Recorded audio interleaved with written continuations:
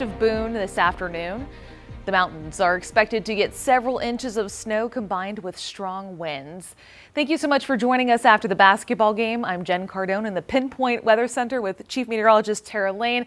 Tara, those winds that could cause some problems for people up in the upper elevations. We've got the high wind warnings in place for the high country, wind advisory for the Piedmont too in the Charlotte area. So it's going to be a windy Saturday, windy night out there tonight. And that's going to be blowing in some colder Arctic air once again. So we're going to be feeling a little chillier compared to what we had today, which was 55 degrees earlier, at least in the Queen City.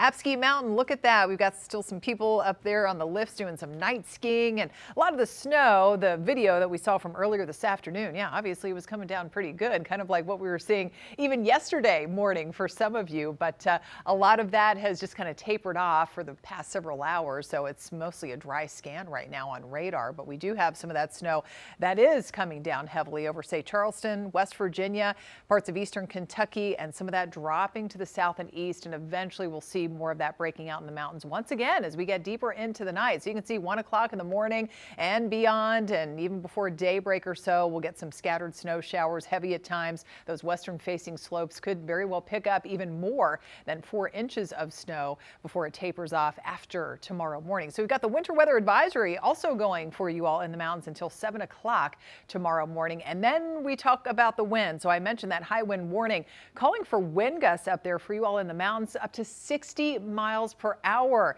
And as I said, wind advisory through the foothills and down through parts of the Charlotte metro. You see that beige color with wind gusts 40 to 45 miles per hour as well. So far, they're not quite that blustery yet, but we have been clocking in some wind speeds. I saw earlier around Shelby, we had about a 40-mile-per-hour wind gust. So definitely just kind of a breezy night taking place out there. Still chilly. We've got 47 degrees northwest sustained wind at about 18 miles per hour. Temperatures have been a little bit colder, already down to 27 up in the mountains at Jefferson, 40s to near 50 everywhere else. And so it's windy. We've got the colder air coming in. We have another advisory to talk about up in the mountains, cold weather advisory right on through Sunday morning with those wind chills that will be well below zero. So coming up, my Pinpoint weather forecast, I'll show you how cold it's going to feel too outside of the mountains and when we will start to feel a taste of spring. We've got that on the way too. That's in a few minutes. You can stay up to date on the winter weather by using the Pinpoint Weather app.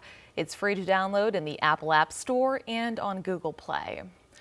Well, one person is dead after a pedestrian crash in East Charlotte. It happened on the plaza at East Sugar Creek Road. Police say the driver who hit the pedestrian stayed on scene and cooperated with investigators. They're not releasing information on the victim or their findings. Meanwhile, Union County health officials tonight say someone with the measles traveling through the Indian Trail area may have exposed people to the virus. That possible exposure happened last Friday between 9:30 a.m. and 12:30 p.m. at the Quick Trip convenience store on US 74. Regulators say there are no confirmed measles cases in Union County. Now, this report comes as North Carolina officials are reporting 2 new measles cases since Tuesday. That brings the total to 17 since December 2025. 3 of those cases are in Mecklenburg County, 1 in Lincoln, and 2 in Cabarrus County. 1 person has been hospitalized since December.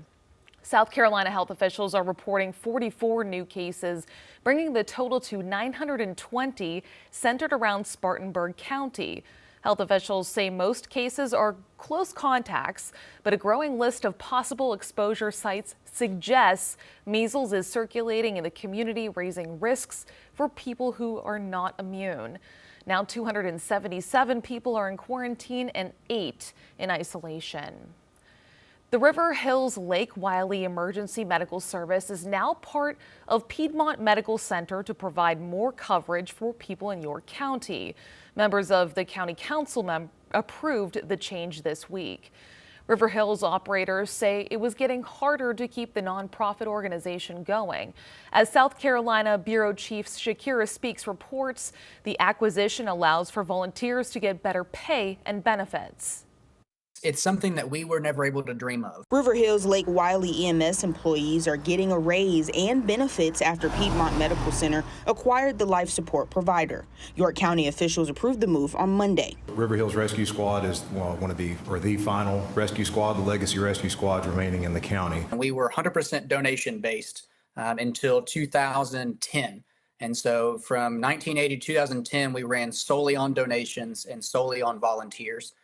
But as costs started to increase, the price of medical equipment went up. It became harder and harder to finance. President Michael Neal says River Hills averages about 2,000 calls a year, and the cost of an ambulance is about $300,000. Neal says it uses 50% of donated funds for its finances, with insurance companies reimbursing the rest. But Neal says the strain came when Medicare reimbursement rates started dropping. Even then, we often come up short. So an average year for us costs about $750,000 or so to run an ambulance, but that doesn't include anything that most employees would have. So our employees are paid less than market rate. River Hills is one of 3 emergency medical service providers in the county, servicing much of the Lake Wiley community. The community is getting probably even better care, in the sense that Piedmont's already said they're going to expand the operation. They're going to be more equipped than us to provide that care 24/7. So I think it's a win for the community and for, our employees as well. Reporting in Lake Wiley, Shakira Speaks, Queen City News. Police now have a person of interest in connection to the deadly shooting of a woman outside of a Bank of America in Northwest Charlotte. The woman was shot just after 10:30 this morning at the Calibridge Court Bank of America and later died. CMPD and SWAT detained a person of interest for questioning. Police are still looking into whether this involved the ATM or a possible robbery, but say it does not appear to be targeted. Her name has not been released. Well, it was nice to see a little bit of sunshine earlier today, helping warm things up into the 50s for a change. But now, well, we've got the colder air returning, blowing in behind an Arctic cold front. How much chillier it's going to be for this weekend before a taste of spring arrives. That's next. For the president to do this and to do it openly and notoriously is showing that he condones this level of racism. The heat continues for President Trump after a controversial video posted on his social media account. What he's saying tonight about that video. You're watching Queen City News, the most honored and most local news in Charlotte.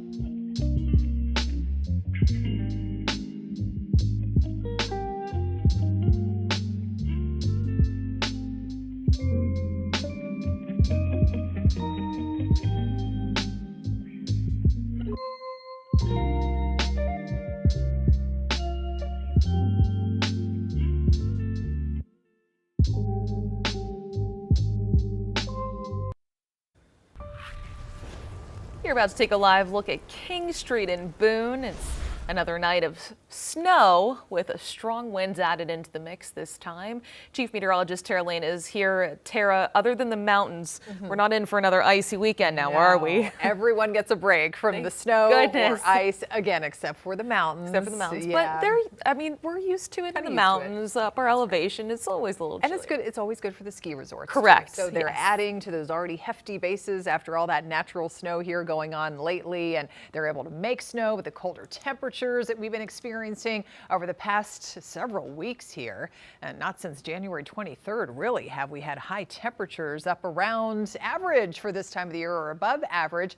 Unlike today. Today we did, for a nice change, get back into the 50s if you're a fan of some maybe slightly warmer temperatures. Live look there in Monroe. Things are nice and dry. We had a little bit of rain passing over parts of the area earlier today. A little bit of spotty light rain and some drizzle that's out of here. So no threat of any rain for the rest of the weekend. 55 degrees, top temperature. It was a typical afternoon temperature day here. We've 55, so right on target. That's where we are now heading through this early part of February. 24 was the low this morning, so nice recovery compared to how frigid cold it was. And we're going to get back into the teens and 20s by tomorrow morning. In fact, we've already dipped into the upper 20s up there in Jefferson. We're at 30 in Boone, so below freezing in that direction. Low 40s along the I-40 corridor. Then we've got 44 in Lincolnton, Shelby, and still a little closer to 50 from Monroe and heading down to South Carolina. But cold front pushing through. We've got the scattered snow upstream here and up into sections of Kentucky and heading into West Virginia. So we're going to see more of that developing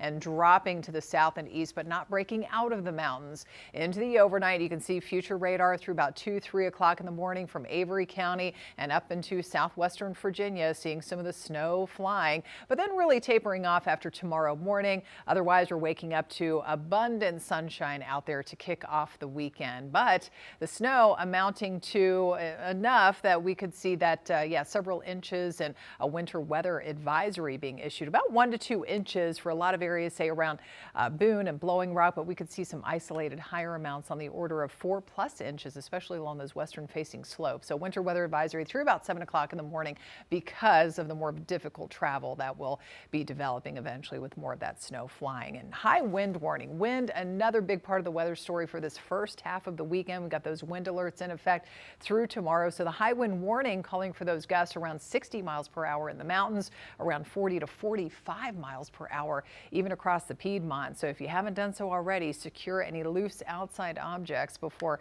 bed tonight. If you have them maybe on the front porch or in the backyard somewhere. Look at this. We've got a 41-mile-an-hour wind gusts in Shelby up into Morganton, 40-mile-per-hour range.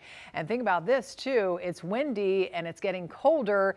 This is a dangerous level of cold again that we're talking about. We were talking about this last week and those well below zero wind chills coming up early tomorrow morning, as cold as around 20 below up there in the mountains. And even through the afternoon, it's going to feel like the teens and 20s with any sort of breeze picking up across the Charlotte area. But we will get warmer for next week. Now this weekend, cooler than today. Tomorrow's only at 42 after starting out at 27 in the morning. Even a little bit colder by a few degrees there for Sunday morning, upper teens to low 20s, but 46 later in the day, staying dry with a mix of sun and clouds. Mountain forecast, you can see signs of that warm up ahead.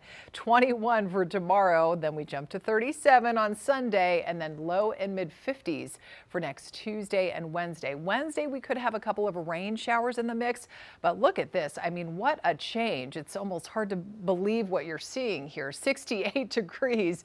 Some areas getting close to 70 by next Wednesday. We'll still be in the 50s to around 60 even later next week, Jen.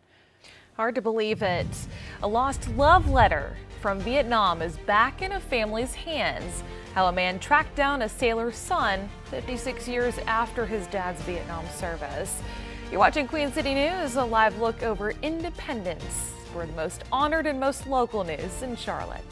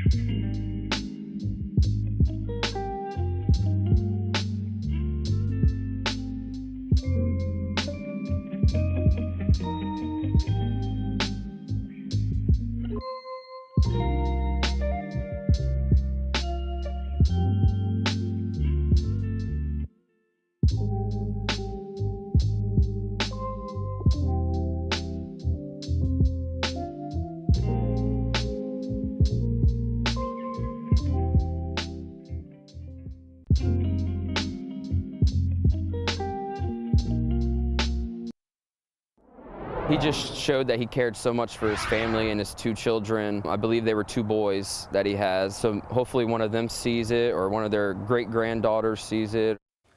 That's part of a story we brought you last night about an Army veteran who found a love letter hidden inside of an attic. The letter was written by a U.S. service member during the Vietnam War. Dylan Worley hoped to find the family of the 56-year-old letter's author and give it to them. As Cheyenne Pagan reports, he did 12 hours after the first story aired. Thank you very much. You are very welcome. I do appreciate this. After nearly 6 decades, Michael Walker has one more piece of his family's history. And it will be a good keepsake that I can share not only with my children, but my grandsons as well. This tarnished yellow scrap of paper is a time capsule of his parents' love, penned by his father, Charles Walker, in Vietnam on June 17, 1969. Walker wrote to his wife, Barbara, about coming home in 2 months. As a corpsman, he left for Vietnam when Michael was 2. He didn't want to be away, and he wanted to be there to help us grow up. Charles was discharged 4 years later and returned to the family home in Norfolk, where the Walker family would stay for 20 years. I thought I had captured all the letters that my father exchanged with my mother, but apparently there was one letter that was still there. Darling, I love everyone in my family. And that letter, found by Worley more than a half-century later, has finally found its way into the right hands. It was kind of emotional to see the connection that he had with the note, and there's so much joy that it brought him. And I'm just so thankful that we were able to find him so fast. Michael Walker was watching the Wavy Morning Show when he recognized his father's handwriting, so he reached out to us. Michael also has deep ties in the local broadcast community. He worked at Wavy in the 80s as a news editor, then at WHRO, and taught journalism before he had a stroke a few years ago. Charles Walker died in 2005, and his wife Barbara followed a few years later. But their son carries the lessons his father taught him every day. He didn't know he was going to be in Vietnam. He was afraid of that, but he tried to make the best of it. And I think that's what we all have to do. We have to make the best of our own situation, no matter how it happens. Cheyenne Pagan reporting. Dylan Worley says he made a copy of the letter. Once he moves into the home, he plans to frame it as a legacy of family love. You're watching Queen City News, the most honored and most local news in Charlotte.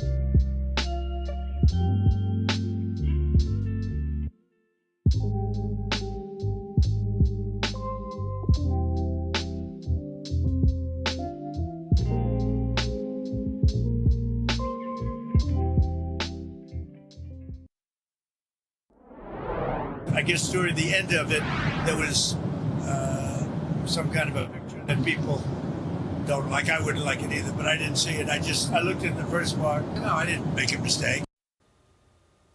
President Trump tonight says he will not apologize for the controversial post put onto his Truth Social media account. Speaking with reporters on Air Force One tonight, the president said he only looked at the first part of the video he says was about voter fraud before giving it to staffers to post.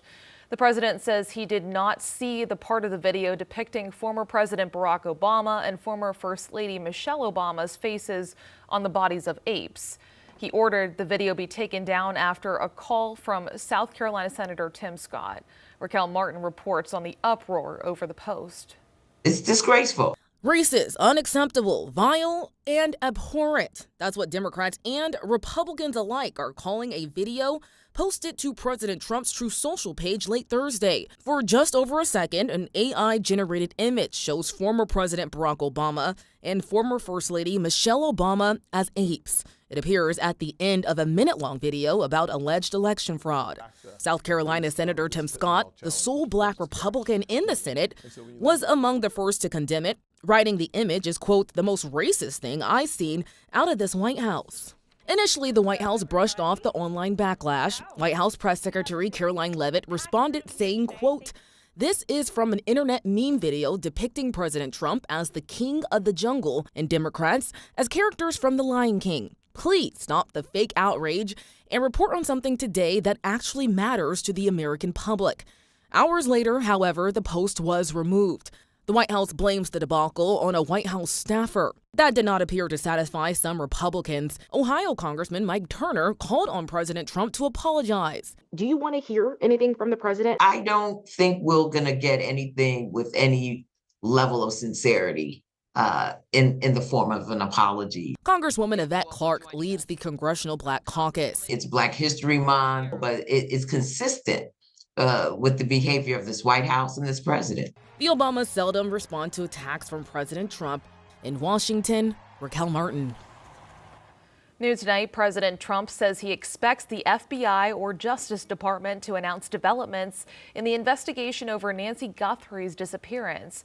She's the missing 84-year-old mother of Today Show anchor Savannah Guthrie. She disappeared on Sunday. Investigators believe that she was kidnapped. The president says there have been a lot of developments in the case in the last few hours. Mecklenburg County deputies can now respond to and complete crash investigations. The sheriff's office is relaunching a dedicated team to focus exclusively on traffic stops. 7 deputies went through specialized training last year and have been certified to operate the state's traffic records and crash system to properly document data from accidents. Officials say this will help reduce call response times and that they won't have to rely on other agencies to respond at accidents. So far, the agency says it has completed 5 crash investigations. Turning to weather now, looking live at uptown Charlotte from our exclusive Arlington camera. There could be a shower in the area tonight, but we're looking forward to some sun in the forecast this weekend. Chief Meteorologist Tara Lane is here. Tara, it is about time.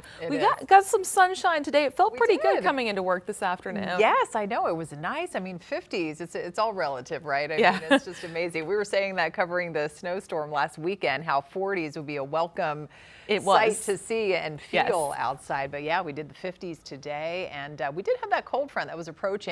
After starting out with that sunshine, then we saw that quick increase in cloud cover earlier this afternoon, brought a little bit of light rain and some spotty drizzle and mountain snow earlier today. This is a live look Beach Mountain there. You can see the snow covered conditions, mainly just wet roads, but actually getting slick now because we've got the wind, we've got the colder air rushing in, and that's why we have the winter weather advisory and those high wind warnings in effect for you all in the high country. We'll take a look at that coming up. But right now in the Queen City, it is dry. We've got chilly 47 degrees. That wind picking up out of the northwest, close to 20 miles per hour sustained, with some higher gusts around the region. Mid-upper 20s for you all in the mountains. We got 39 in Statesville, 45 in Gastonia, and still a little closer to 50 off to the south into portions of South Carolina. Out the door in the morning. If you're, now that it's a little better on the roads, if you're meeting someone maybe for brunch, or you want to head out to breakfast or something, or heading to the gym, well, we have got lots of sunshine on the way to kick off the day. Temperatures by noontime only rising through the upper 30s, so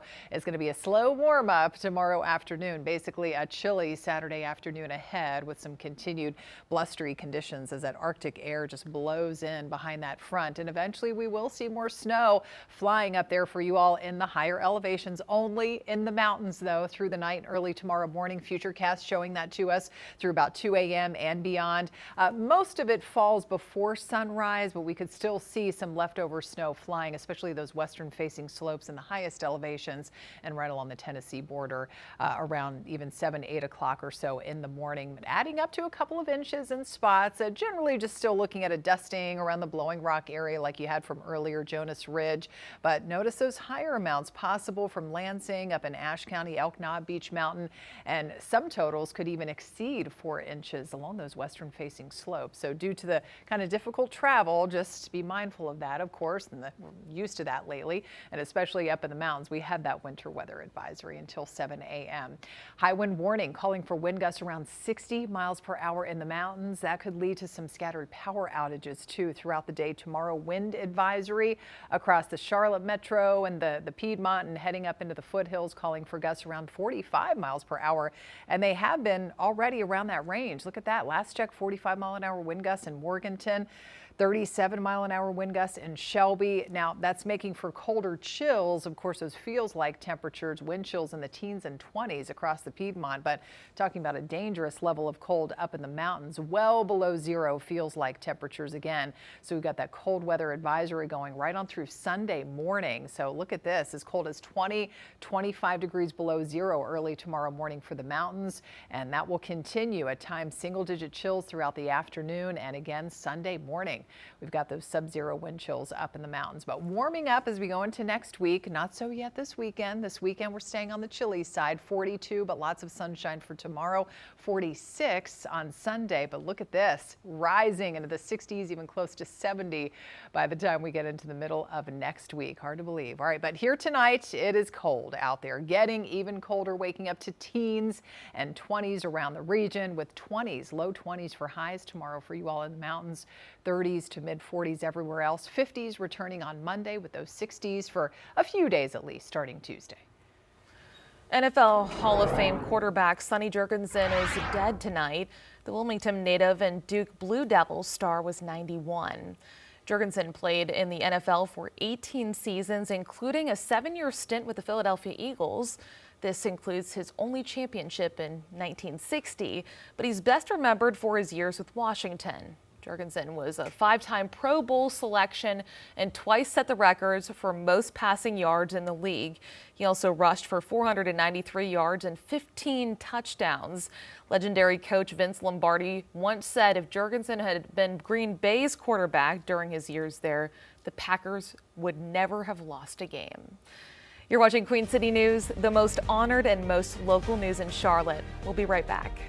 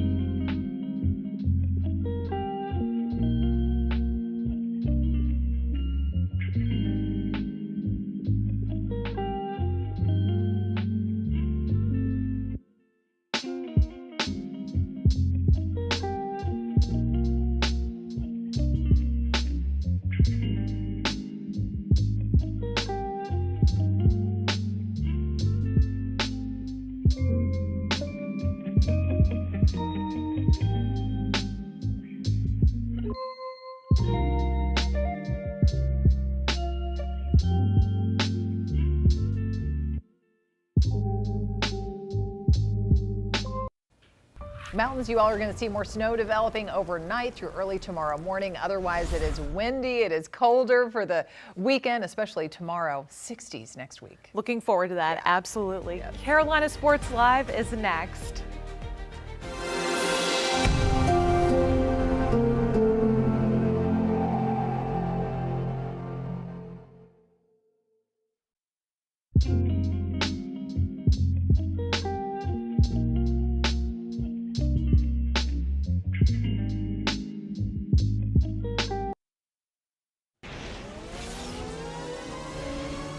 Now, it's CSL, Carolina Sports Live.